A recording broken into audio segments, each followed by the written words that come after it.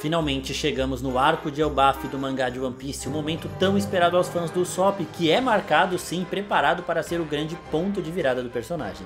E eu vou trazer hoje para vocês uma teoria que aponta como será este ponto de virada e como o Usopp irá realizar o seu sonho dentro de Elbaf.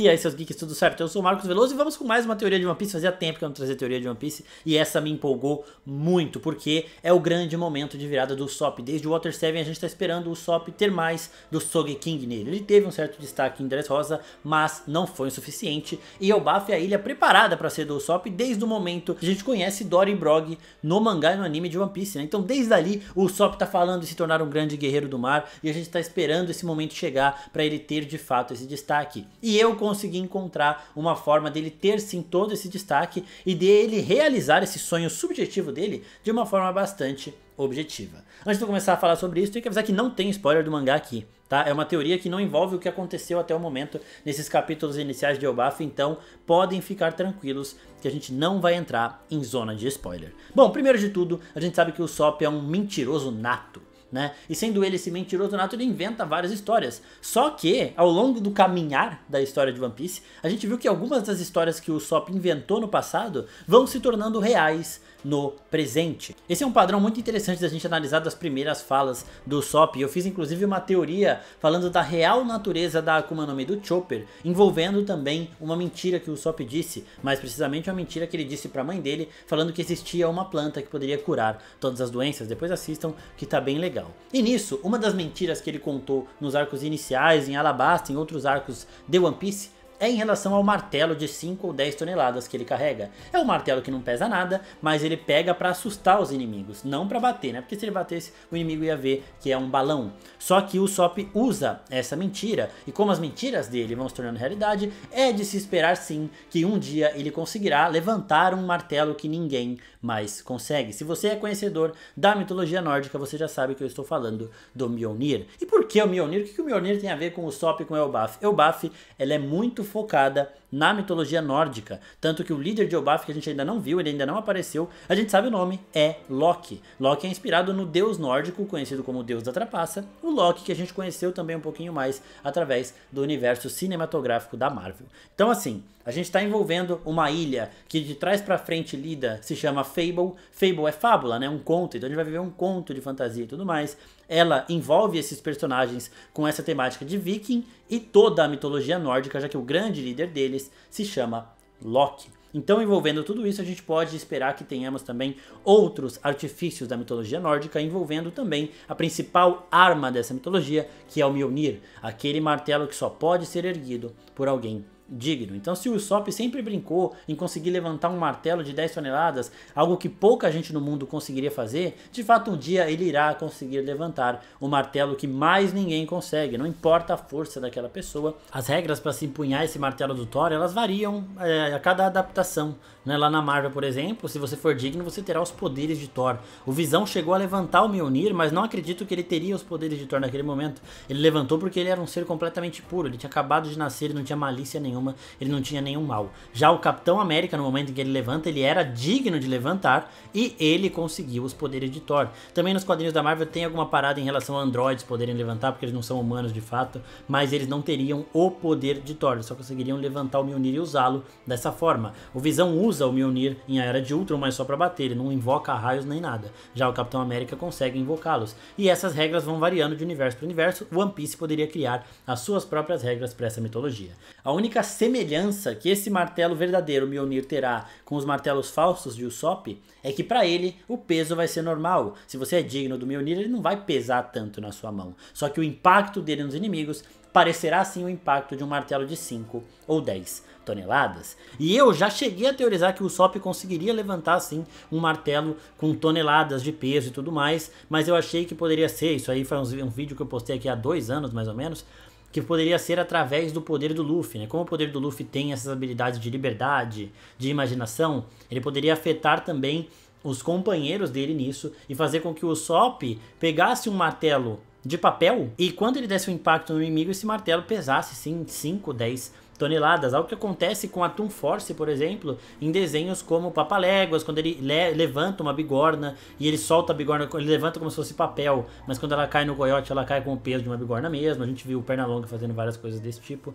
Então eu achei que aconteceria, mas não como sendo o Mjolnir. O Mjolnir torna isso tudo ainda mais fantástico e espetacular. Uma outra coisa que a gente tem muito viva no Chapéu de Palha, que no Usopp é meio solta, meio subjetiva, é em relação aos sonhos de cada um, né? O Luffy tem o sonho de se tornar o Rei dos Piratas, provavelmente para encerrar toda a sua jornada com um grande banquete para todos os amigos que ele fez ao longo desse caminho. A Nami quer escrever, desenhar todo o mapa mundi, o Sanji quer encontrar o All Blue, o Zoro quer se tornar o maior espadachim do mundo, o Chopper quer curar todas as doenças. São objetivos, né? São sonhos mais diretos. A gente sabe, o Zoro, para se tornar o maior espadachim do mundo, ele tem que derrotar o Mihawk.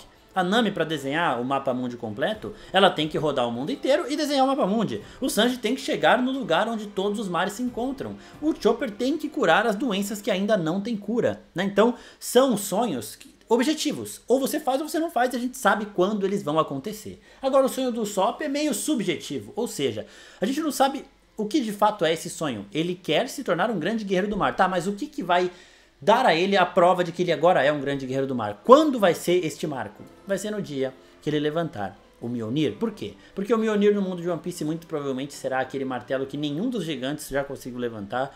Todos eles tentaram. Aquele martelo que só poderá ser levantado por um grande guerreiro, um verdadeiro grande guerreiro. Então o dia que o Usopp levantar esse Mjolnir, ele será de fato consagrado como o grande guerreiro de Elbaf, né? Aquele que levantou o martelo de Thor, aquele que levantou o Mjolnir.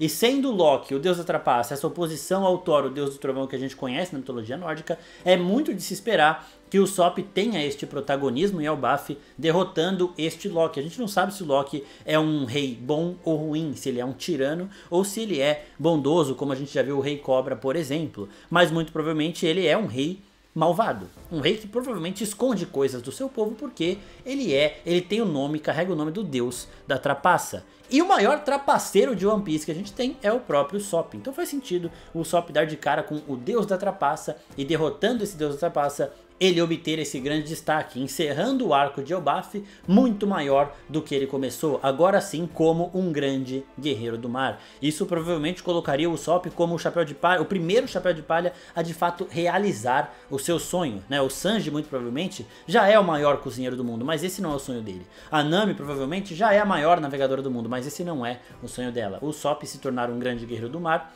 é o sonho dele. E ao levantar o Mjolnir, que provavelmente só pode ser levantado pelo grande guerreiro, o verdadeiro grande guerreiro, o Usopp alcançará este sonho. Eu não acredito que o Usopp vai ser o grande protagonista do arco de Elbaf. Eu acho que o arco de Elbaf vai ser dividido em duas frentes. Os Chapéu de Palha no mangá, no momento do mangá, eles já estão separados ali, né? Não vou falar de fato quem tá com quem ali, mas eles já estão divididos em dois grupinhos. E isso pode caminhar para um momento onde o Usopp fique longe do Luffy, longe do Sanji, do Zoro, do Jinbe, do trio monstro aí e do Jinbe, né, claro, dos mais poderosos do bando, em uma situação, um cenário onde ele tenha que brilhar, né? E ao tentar levantar esse martelo de Thor e conseguir isso, ele se posicionará como esse grande líder da resistência de Elbaf. Alguém a combater Loki e suas trapaças. Trapaças que às vezes os atuais gigantes nem saibam que existam. Mas o Usopp, como bom trapaceiro que é, saberá reconhecer as enganações que o Loki está tramando, está fazendo pelas costas de seu povo e irá destronar este possível rei tirano. Enquanto isso, o Luffy e os outros personagens poderiam estar lidando com Elbaf de uma outra forma. Uma forma que avance mais com a história, porque a gente já tá na reta final de One Piece, a gente já tá na saga final de One Piece. Então, os arcos agora vão lidar com problemas globais, não problemas só daquela ilha. Por exemplo, Dressrosa foi um problema só da ilha, né?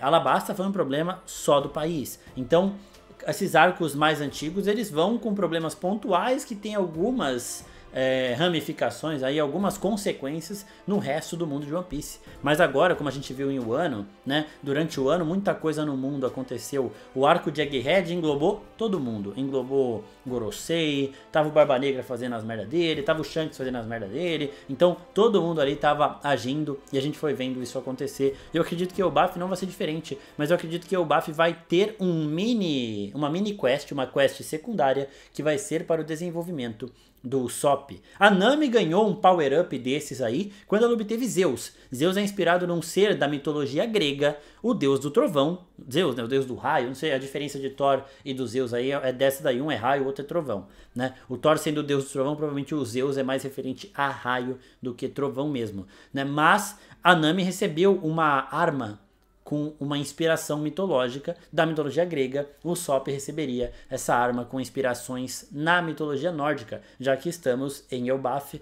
que é cuspido escarrado de mitologia nórdica, com esses trajes de vikings, com esse rei chamado de Loki e outras coisas que devem acabar aparecendo aos poucos neste reino de Elbaf durante este arco. Elbaf de trás para frente é Fable. Fable é fábula, então viveremos agora um conto de fantasia muito divertido, que deve ser sim o grande momento do Usopp, fazendo com que ele saia de lá com o Mjolnir. Você deve estar falando, mas o Usopp é o atirador do bando, o que ele vai fazer com o Mjolnir? O Usopp ele tem como arma secundária os martelos, né, como eu já disse aqui, esses martelos que ele usa para trapacear, para enganar os seus adversários, né, e o Mjolnir, se a gente já percebeu um pouquinho também, usar como referência o Thor da Marvel e o Thor de outras mídias como God of War, ele lança o Mjolnir também, né? O Mjolnir pode ser jogado e volta para a mão do seu usuário. Então ele seria também a arma suprema para o atirador Usopp, de fato, né? Algo também bastante interessante. Ele lançar o Mjolnir, destruir um navio e voltar para ele ficaria de fato muito, muito, muito poderoso. Espero que vocês tenham gostado desse vídeo. Se gostou, se inscreve no canal e comenta o que vocês acham